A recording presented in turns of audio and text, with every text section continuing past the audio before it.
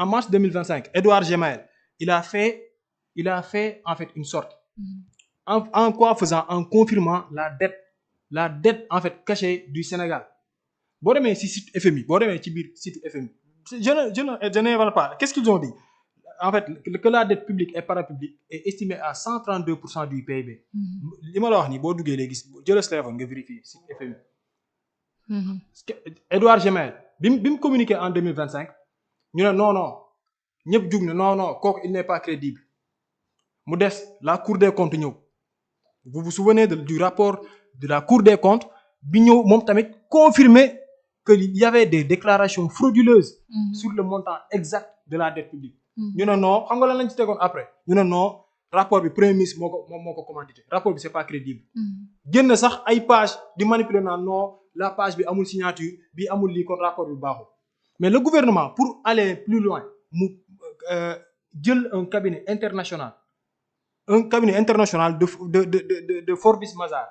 Forbes Mazars def moom tamit ses enquêtes bi mu ko defee mu génne moom tamit des chiffres ne le taux de la dette a été estimé à 118,8% contre 99% yoo xam ni moom le premier ministre waxoon en septembre 2024 ne fa la egg ndekete sax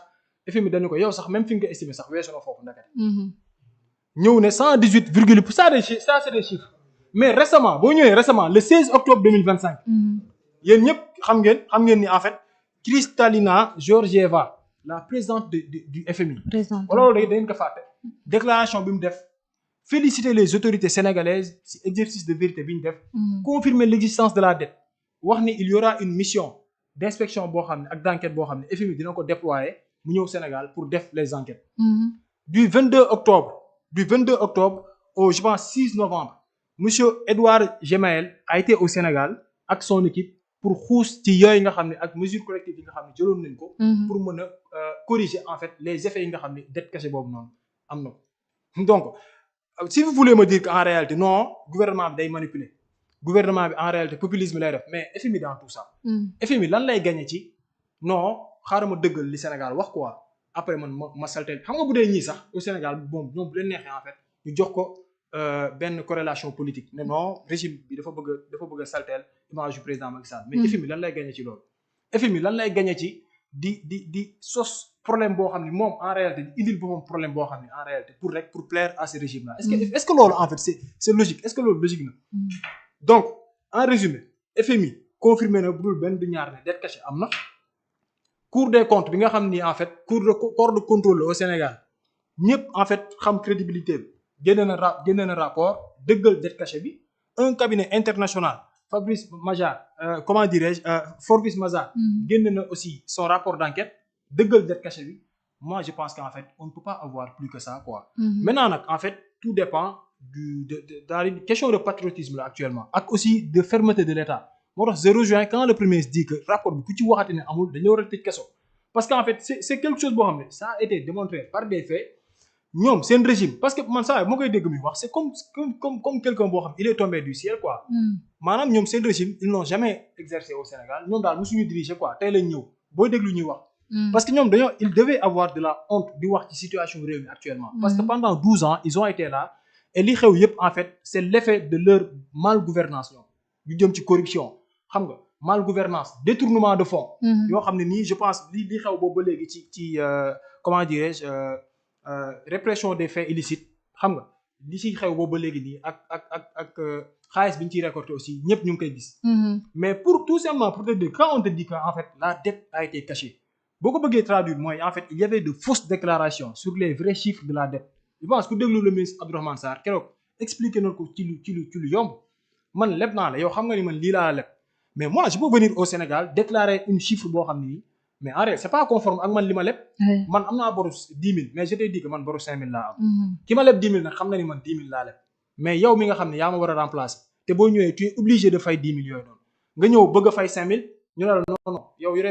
ki ngi remplacer yore fi 5 000 10 000 la fi yore loolu nan nga koy tuddee parce qu'en fait l'État est une continuité si le régime ñëw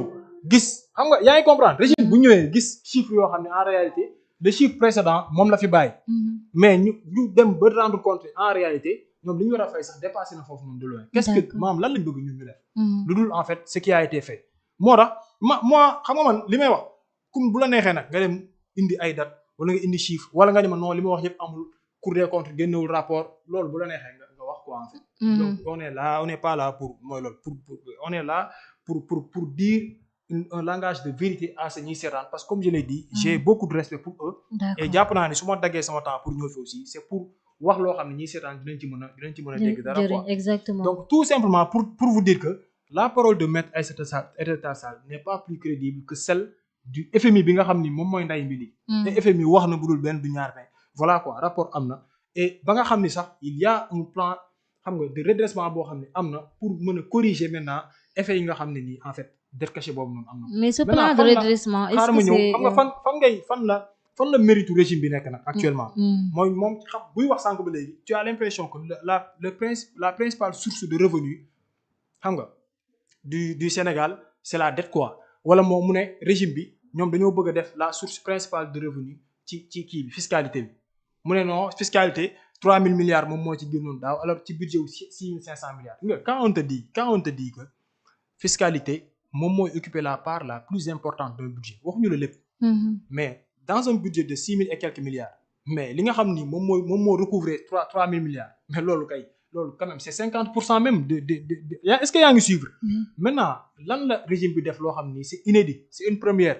c'est quelque chose boo xam ne en réalité aussi dafay dugg dans le cadre de la souveraineté économique bi nga xam ni moom lañ jaay sénégalais mooy les appels publics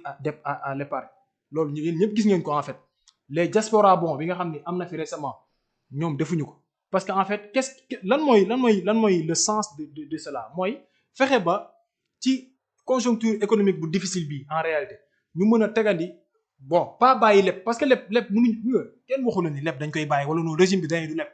États-Unis mooy pays bi gën a endetté ci àdduna bi te gis waxuma la puissance bi mu am du ma toog fii di leen ko wax quoi en réalité mais le problème mooy c'est quoi c'est la viabilité de la dette publique mooy yow est-ce que li ngay lépp en réalité am nga les capacités pour mën ko fay ak aussi la rentabilité de la dette mooy est-ce que yow li ngay leb di nga ko dugal ci des secteurs génératrices de revenus parce que mënoo di leb comme ñoom ni ñu ko doon defee dem leb xaalis appelé France ne la non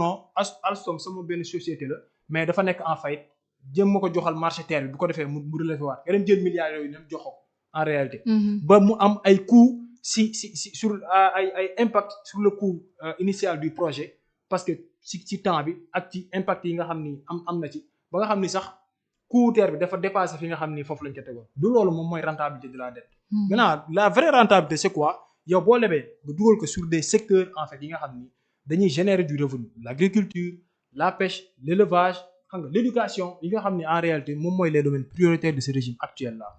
donc moi je pense que régime bi en fait prouesse boobu noonu moom la réussir mooy fexe ba diversifier les sources de revenus mu bañ a yem ci bor bi bañ a yem ci fiscalité mais ñu fexe ba ñi nga xam dañoo nekk ci diaspora bi nga xam ni li ñuy dugal Sénégal ci ay milliards kenn xamul lu mu toll te gis nañu principalement xaalis bi ñu ci dugal yépp li ñu doon servir mooy dimbali seen famille yi nga xam moom moo fi nekk ak aussi soutenir seen projet yi mais musul dem ci état bi mais le Sénégal le régime actuel a réussi à leur convaincre ba ñoom ñu jël seen xaalis xam nga de façon patriotique jébal ko Sénégal comme sous forme d'épargne loolu c'est une première ñoom defuñu ko loolu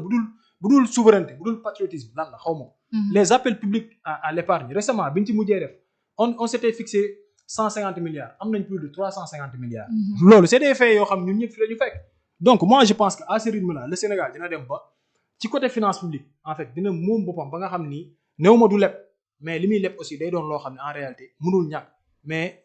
li nga xam moom mooy gën a conséquent ci li nga xam moom mooy ay finances publiques am en fait économie endogène lay doon mooy ci biir réewam la koy jëlee et je pense que loolu en fait c'est quelque chose à saluer et c'est factuel aussi loo xam ne ñëpp teg nañ ci seen bët quoi. macha allah mais tey jii comme li nga wax ni diaspora bond bi emprunt obligataire bi nga xam ne ñu ko doon laa tey jii xaalis boobu ñu doon am état bi fan la ko commencer investir. bon état bi xam nga moom décliné na ay axes prioritaires parce que gis nga chaque jour yow yàgg nañ di débattre quoi. yàgg naa la wax ni man góoma gestion conjoncturelle quoi gestion structurelle la mooy développement dafa am fu muy commencer am fu mu jëm. développement munoo gis nga xale bu juddoo munul judd rek dem daw munul dem dafa am étape yoo xam ni fa lay jaar. wala nit munul di doxee ay loxoom quoi ay tànkam féete ci kaw loolu munul nekk. quand on te dit du développement c'est des secteurs yoo xam ni dafa am fu mu commencer am lu ci topp. aujourd'hui tant que le secteur primaire n'est pas développé xam nga am dooleeluñ ko en réalité mu doon un secteur viable un secteur fort développement dañ koy dégg nii rek ak émergence mais mënul am te ñoom foofu lañ échoué le secteur primaire durant tout leur magistère amul benn avancée boo xam ne am na ko ci la pêche l'élevage et l'agriculture c'est ça le secteur primaire autosuffisance alimentaire xanaa moom nag loolu dina ma ko nangu lorsque le président Macky Sall était venu en 2012 lan lañ ban gap lañ